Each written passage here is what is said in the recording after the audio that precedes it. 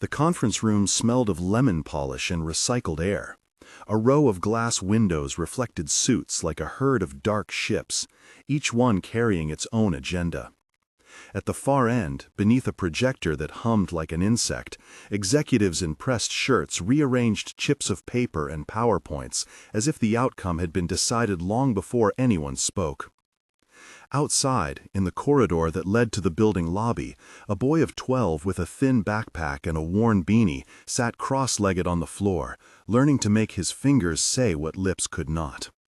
He had not planned to unseat a decision that would touch millions.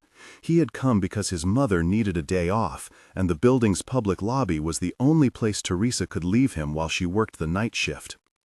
The world inside the glass seemed distant and lit from a different source, but the vote they were about to take would decide whether a fund for accessibility at the Maple Heights residences would be cut, and whether a little house of care where elderly people, including a woman named Eleanor Grant, could keep their hearing support devices would lose its contingent grant. The stakes were, in cold numbers, $25 million. In human terms, they were nightly calls unanswered, appointments missed, a mother who could not hear her daughter say, "I love you." How could a boy who translated silence for his neighbor change the course of a billionaire's decision-making room? 20 minutes earlier, nobody would have believed it. What happened next would make a boardroom read like a courtroom and show how a small, practiced skill can become a weapon against fraud. He was called Mateo, but everyone on his street called him Matic because he was precise with machines and language. He had learned sign language to help his grandmother, Carmen, after a stroke left her voice thin and brittle. At home, there was a calendar of shift changes taped to the kitchen cabinet and a jar with coins labeled clinic. His mother, Anna, worked nights as a caregiver and saved overtime pay for Teresa's hearing device repairs. Mateo carried that household ledger in his head. He knew numbers like other kids knew video game cheats. He knew the rhythm of schedules, the code of appointments. He also knew how to watch a mouth and read a face for clues, because survival had taught him that silence often has something urgent to say. The Maple Heights grant was, in his neighborhood, not an abstraction. It funded a technician who replaced batteries and tuned the devices that kept elderly people connected. Without that funding, the hearing clinic would close, and Eleanor Grant, the billionaire's mother, would lose access to an interpreter when her own hearing waned in the coming months. The irony was sharp. Victor Hale, the billionaire investor who chaired the board, had recently moved his mother into Maple Heights and used his influence to attach a charitable narrative to an investment plan. The meeting on the day Mateo waited in the lobby would decide to repurpose the accessibility fund into a corporate sponsorship that masked a tax maneuver. The community would be told it was a partnership. The invoices and contingency clauses, however, suggested diversion. Mateo had seen forms before. He had seen the clinic sign in the corridor and had watched Ems Ortiz, the technician, tape new batteries into small devices, her hands smelling of metal and coffee. He had a habit of listening to the edges of adult conversations while he did his homework. When a delivery man dropped a stack of envelopes in the reception and slid past the lobby door with a thin folder stamped with numbers, Mateo read it like a sentence and found a comma that did not belong. He would step through the doors because someone had to speak for those who lived in a language of lost volumes. The building's lobby was cool and smelled of fresh coffee and paper. Mateo stood when the door opened for a courier and felt the floor change under his sneakers. The hallway to the conference room had a sister plant in a ceramic pot, a marble reception desk, and a plaque with the company name engraved on brass. Inside the room, the board table reflected a constellation of faces. Victor Hale sat at the head like a king used to commands, fingers drumming on a silver pen.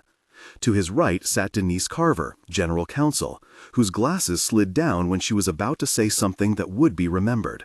To his left sat Harold Penn, head of investments, whose tie looked like a stripe of river. Marcus Lee tapped a tablet, Elena Singh scrolled on her phone, Rafael Ortega folded a page, and Naomi West, director of community relations, carried a folder browned at the edges as if by use. Also present were Julia Park, the external auditor from Northbridge who had been scheduled to give a brief summary, and Dr. Lin, an independent auditor recommended by the Community Advocacy Group. Each of these people had a language of gestures that Mateo had learned to decode in the margins of his afternoons. He watched their shoulders, the way they cleared their throats, the way eyes slid away from names on lists when they expected a public to be quiet. He had no right to be there. He could have been a distraction. He could also be the interruption that the board needed. The meeting began with a slide. A map of Maple Heights appeared, and the proposed budget lined its columns like a ledger of promises. A narrator, called Naomi, began with a practiced voice.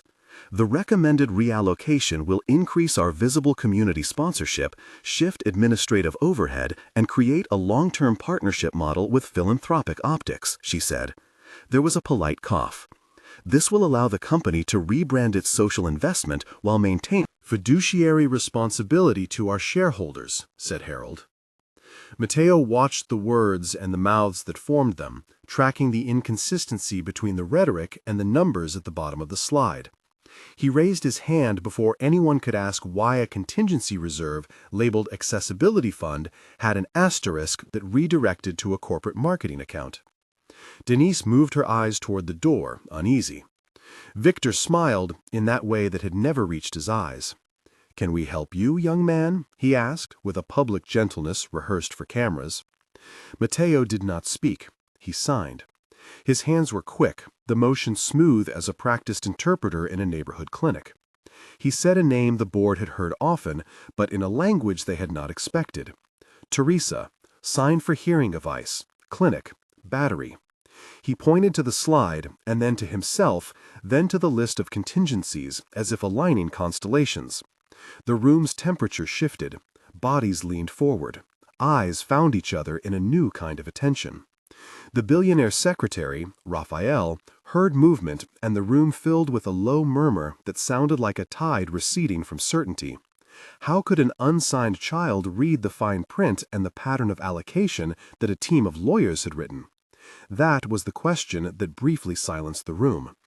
In the minutes that followed, the incident remained small, as a stone dropped into still water, and then became rings that widened.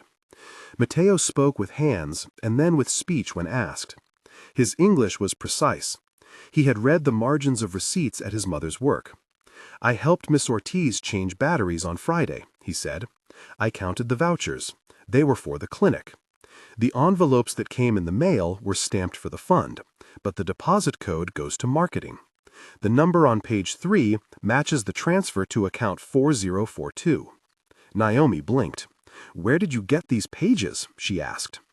Mateo tapped the folder that had slipped from a courier's hand in the lobby. It fell. I put it next to the bench. The courier's name was Sam, and he had a second job delivering legal packets between corporate towers. Sam later said he did not notice when the folders skimmed the marble. Moments of authority in the room exchanged glances that could be parsed like dialogue. Marcus leaned back. "We cannot verify a random child's claim," he said. Julia Park adjusted her glasses. "We should follow procedure. If there is an allegation of fund diversion, the auditor has protocols." Dr. Lin, who had been silent, spoke in a voice that sounded as if it belonged to someone used to being ignored. "We will need chain of custody, ledgers, invoices, signatures, and bank trace. But this is a public matter, and it cannot be swept under an internal memo." Mateo's eyes were steady. He translated a receipt he had seen into English, into sign, into numbers that made a pattern. Around 30% into the narrative of the day, the video should pause for a moment with us. If this story already moved you, you are not alone. Imagine being in Mateo's shoes, seeing a decision that could close the only accessibility clinic in a neighborhood, and knowing that what you hold could change it. Tell us in the comments what you would do if you were him. Start your reply with "I would" so we can find and highlight responses that show courage, creativity, or compassion. Your answers help this channel understand what matters to you, and they guide our team towards stories that inspire action. The community in the comments often becomes a place where people offer practical help, name local advocates, and surface lawyers or technicians who step forward. Now, back in that cool conference room, see what unfolded when a boy with practiced hands and a stubborn ledger pushed a pause into a meeting that had been rehearsed. The board did not want to pause, not really. For every person in the room, there were stakeholders outside who expected motion, not drama. Victor, who had built a portfolio of investments across elder care and luxury residences, had a reputation for decisive moves and for philanthropic statements that enhanced stock. He was used to people believing the narrative crafted by corporate relations. He also had a mother who sometimes misunderstood the source of her existence, thinking that the charity attached to the building was proof of family care, when in fact it was part of a structured change in how the company reported social returns. Mateo, who had spent afternoons watching his grandmother's hands and learning the economy of gestures, could not reconcile those truths. He had a simple calculus. When access went away, voices went quiet in halls and calls for help went unanswered. The board had spreadsheets that made the move look like efficiency. The clinic had an inventory and a book of appointment logs that spoke of a different reality. Mateo, who had seen Miss Ortiz consult a ledger that had stamps on the margins, stamps that matched a series that he had seen in the folder that fell from the courier. He had learned to compare the shapes of stamps like a detective compares footprints. His training was not formal. It came from necessity, repetition, and the closeness of small public services to people who needed them. The next scene was a technical crossfire. Julia Park from Northbridge stood and asked for the original bank transfer detail. "If there is a redirection, we need a bank to confirm," she said. "We will request a trace and subpoena the line items," added Dr. Lin. Denise, with a legal tone, cautioned public exposure. "This is sensitive. An allegation based on a loose folder is risky. We need to protect reputations." Naomi, who had built community rapport, looked at the room and then at Mateo. "We also have obligations to the residents," she said. "If there is even a question, we must be transparent and hold an immediate hold on reallocation until audit." Victor's mouth tightened. "That could delay our campaign and risk shareholder confidence," he said. Marcus leaned in. "What is the risk to the company's trust score?" he asked. Mateo rubbed his thumbnail on the paper fold and found a smudge he recognized. "There is a stamp with the number for the clinic, but the ledger code was changed to the marketing reserve on the same day the proposal was sent," he said. Elena looked at him incredulously. "Where did you learn to read codes?" she asked. Mateo shrugged. "From the clinic door, from receipts, from listening." The room generated a web of sentences that were both procedural and political. The first test was simple, in theory. The auditor would ask the bank for a trace, Dr. Lin would check signatures, and Julia would cross-reference invoices. The process was technical, and it was exactly the place where hidden redirection would show itself. A correct audit would involve a trace of funds, an analysis of invoices, and a verification of contingent fund movements. In practice, this meant we would request bank confirmation, match deposit slips to ledger entries, and verify that contingency clauses had not been altered after execution. This procedural explanation required expertise and credentials, typically housed in institutions like Northbridge and independent auditing specialists who could follow a money trail in a way that a PR statement could not. 10 exchanges of direct speech filled the next half hour. "We request a temporary freeze," Dr. Lin said. "We will need access to the internal transfer logs and the signatures on page 3 of the acceptance letter." "You do realize that a freeze is tantamount to a halt on our press cycle," Victor said. "We can offer an interim report," Naomi replied. "That will placate the residents and protect investors from a surprise." "We do not act on rumor," Harold said calmly. "We do not allow a child to dictate fiscal strategy," Mateo spoke. "I am not a rumor," he said. "I am a witness." "Define witness," Denise asked. "You are a minor." "I handled the envelope and I saw the numbers," he said. "I can point to where the deposit code differs from the invoice." "Bring the envelope to compliance," said Marcus. "Let them handle it." "If you do nothing, the clinic closes on Monday," Naomi said softly. "Families will lose support." "Are you threatening the board?" Victor asked. "I am telling you what will happen," Naomi answered. "We are obligated to our community commitments." The room recorded each exchange in the way rooms with power do, as potential evidence and as theater. At the end of the conversation, two things happened. 1. An internal hold was announced for the fund. 2. A team was assigned to retrieve the folder and start a formal audit. This moment carried the first inverted power. Mateo was still a child, small and not Credentialed, but procedural rules required documentation. He handed the folded envelope to Julia Park, who barked a laugh that sounded more like a cough. "You gave this to an auditor?" she asked. He nodded. "I found it where the courier dropped the stack." She opened it and found the deposit slips, invoices, and a cover letter with a corporate routing code. The code had a shorthand, almost invisible, that redirected accessibility funds into a marketing umbrella. The handwriting was not the courier's.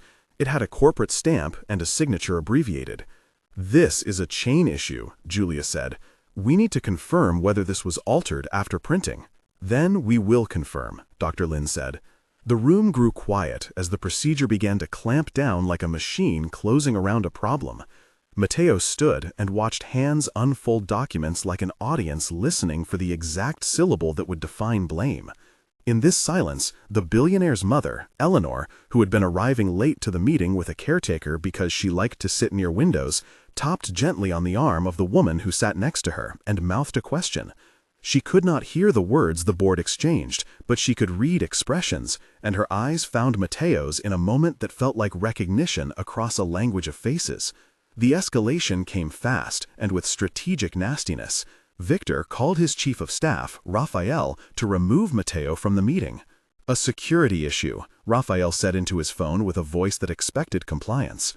Anna, Mateo's mother, had not been aware until a neighbor texted her a photo of Mateo at the table. She ran down the stairs and pushed into the lobby, breath coming in small waves. "My son is in there," she said to Rafael. "He is just a kid." Denise smoothed papers. "We will escort him," she said. But Naomi stood and said no. "He found evidence. You cannot expel him because of that." That was the first direct attempt at coercion. A counsel for the board suggested a non-disclosure, a quiet settlement. "Offer them a contract," Marcus whispered. "Buy consent." The idea of buying silence hung in the air thick as perfume. Mateo watched the calculus of power at work, a machine that tried to reduce truth to a transaction. He had seen this before, when a landlord offered cash for a tenant to sign away a complaint. His hands trembled for a moment.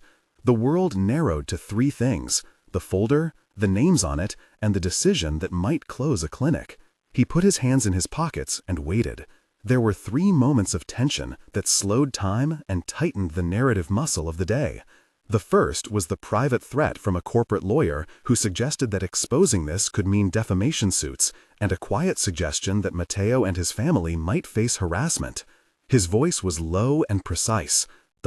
The second was when Victor, in a private aside, offered Naomi a role in the rebranded campaign if she agreed to meet behind closed doors and not publicize the audit. The third was a spike when an internal email leaked naming a contractor who had been paid for falsified invoices.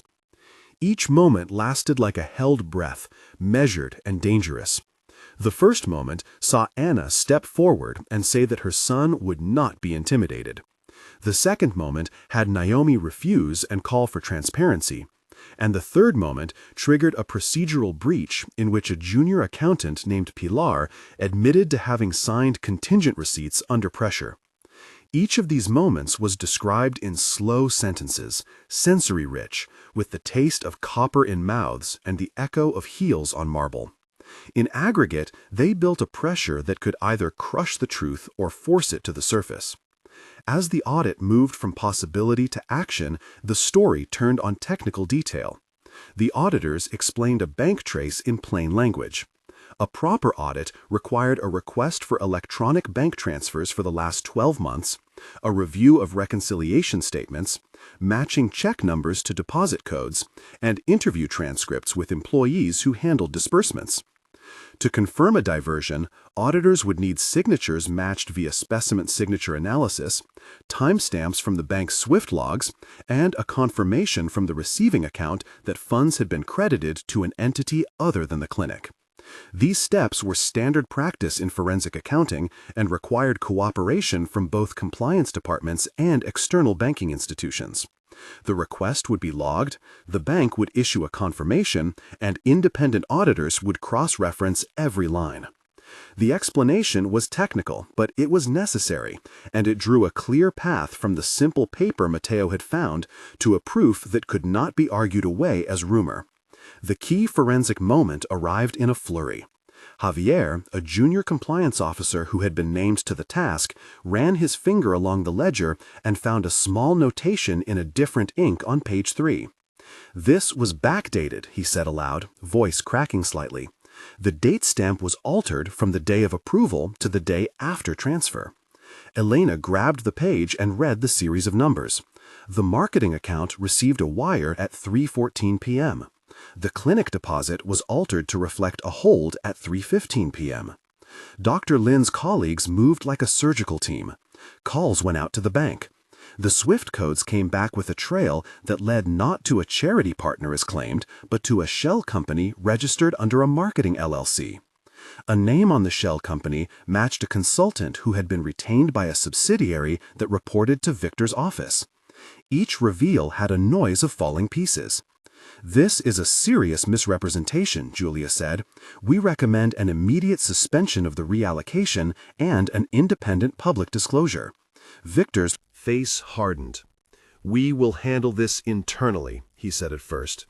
Then, as the bank's emails arrived with stamped times and account confirmations, his voice changed. The room had reached its climax. Evidence, in the form of numbers, timestamps, and signatures, could not be dismissed by charm or by the aesthetics of philanthropy. What followed was public and messy. The board voted, amid harumphs and careful phrasing, to freeze the reallocation.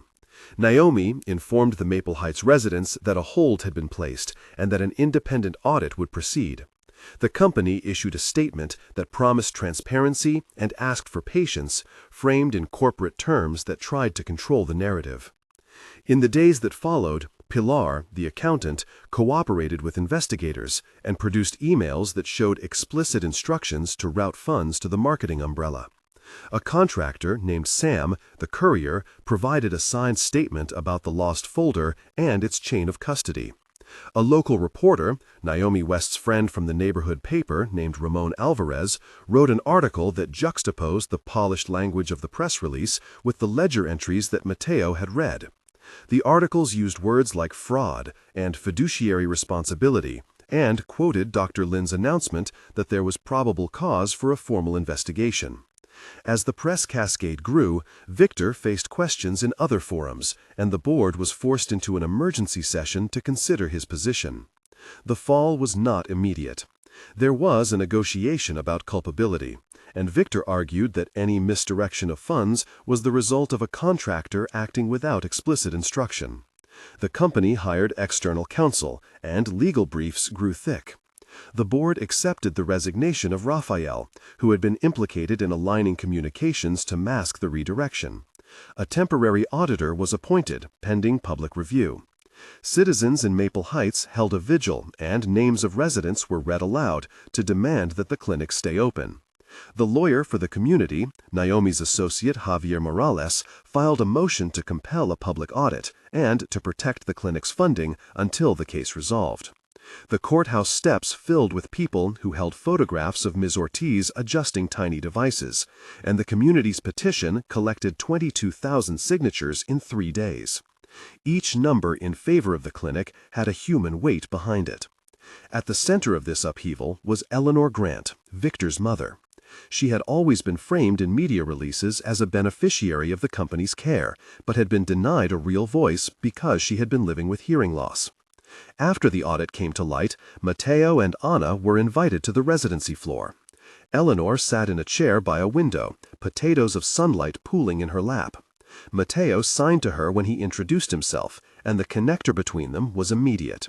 She placed a hand on her wrist and smiled with the slow kindness of someone who had watched lives change over decades. The public story converged with the personal. Eleanor had been using the clinic for battery replacements and interpretation during doctor's appointments. She had once written a letter to the board asking for better staffing. The letter had been logged but then buried in files. Her name became a focal point at hearings. People asked how a resident who relied on accessibility could be sidelined while corporate narratives were rewritten. Her testimony, assisted by Mateo as an interpreter, was both poignant and damning. She described the sound of a kettle and the way her grandson's laughter had once filled the house before hearing lost its edges. She said with visible effort that she trusted in things that did not always deserve her trust. Legal consequences followed. Regulators opened inquiries on fiduciary responsibility. The company's stock experienced volatility as investors watched a scandal that mixed philanthropy with apparent fraud. Victor was temporarily removed from executive duties pending the outcome. The board appointed an independent oversight committee and promised to implement transparency measures. Into the vacuum stepped community organizers like Carmen, who ran a neighborhood coalition, Miss Ortiz, the technician, Pilar, the accountant who cooperated, Javier Morales, the community lawyer, Ramon Alvarez, the reporter, and Dr. Lin, the auditor who acted as the expert witness in a public hearing. Each person played a role.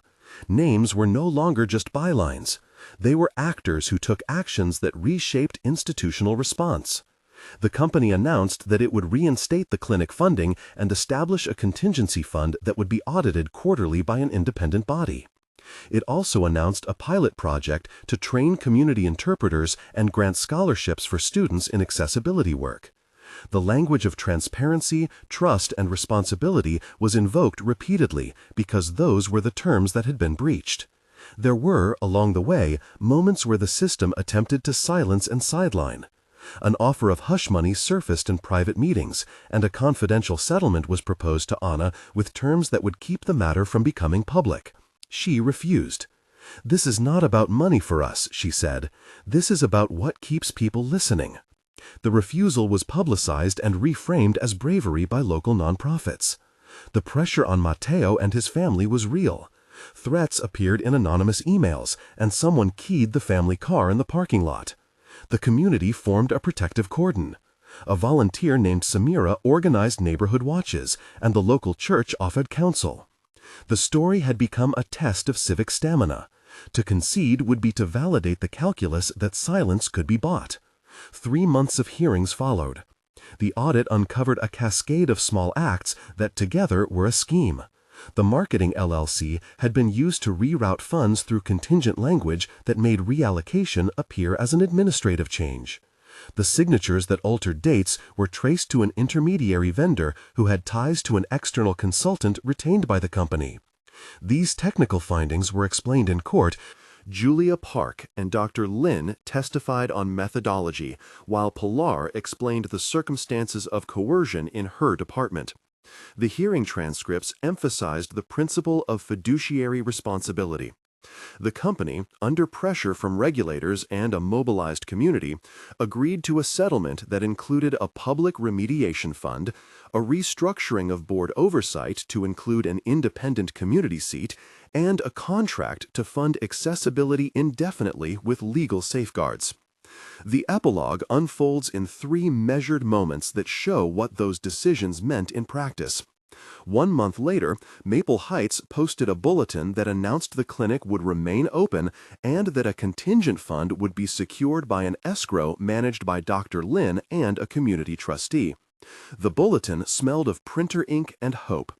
Residents gathered in the common room, cups steaming, and the technician, Miss Ortiz, labeled new batteries with a steady hand. Reports came that appointment wait times decreased by 40% and that device repair had resumed with a new inventory system. Community volunteers like Carmen had organized a schedule so that elderly residents would have transportation for appointments. A small plaque was hung near the clinic door that read, in simple letters, "Accessibility for all." The plaque was modest but visible, and it felt like a promise kept. Mateo returned to his school where teachers noticed his confidence had changed and where Miss Ortiz recommended him for a youth interpreter training program sponsored by a local NGO. 3 months later, the Independent Oversight Committee released a public report detailing reforms and penalties. The company paid fines and funded a training scholarship for community interpreters. Victor had stepped down from daily leadership and was under investigation while an interim CEO took measures to rebuild stakeholder trust. The report included transparency metrics and a requirement for quarterly public audits. The clinic announced a fellowship for technicians and a small grant program that provided stipends for residents who reported accessibility issues. The community celebrated at a small ceremony where Naomi read names of donors who committed funds, and Ramon published a long feature that humanized the effects of institutional decisions on daily life. The scholarship program accepted its first cohort, including Mateo, who was awarded a mentorship with Dr. Lin and a small stipend to continue his education. 6 months later, the city counted measurable outcomes. Calls to accessibility hotlines had decreased, compliance measures were in place in 3 other assisted living facilities, and a local ordinance was proposed to require contingency funds for community services to be placed in escrow until audits were verified. Mateo attended a public meeting where he spoke briefly with calm hands. He thanked the technicians, the auditors, the lawyers who did not sell their silence, and the community that had organized on behalf of neighbors. Eleanor visited the clinic more often and wrote a short note that was published in the local paper, praising those who had listened. The company launched a transparent dashboard where residents could view audit results, and a community seat on the board had been filled by Carmen, who brought lived experience into governance. The transformations were not total, and debates continued about the role of corporate philanthropy. The deeper lesson remained. Structures change when people make noise and when silence becomes audible. In the months that followed, institutions adjusted policies. The firm enacted clearer guidelines about contingent funds, mandated external audits for community investments, and included resident trustees in oversight committees. A small trust was established to underwrite access to assistive devices in multiple neighborhoods. Mateo's neighborhood organized workshops on reading documents, on civic participation, and on interpretation as professional work. He became a public figure in a quiet way, invited to speak on panels about youth civic engagement and accessibility. For him, the most important change was simple and intimate. His mother slept better knowing that her overtime would not be the only resource for her neighbors. Ms. Ortiz expanded her hours and hired 2 assistants.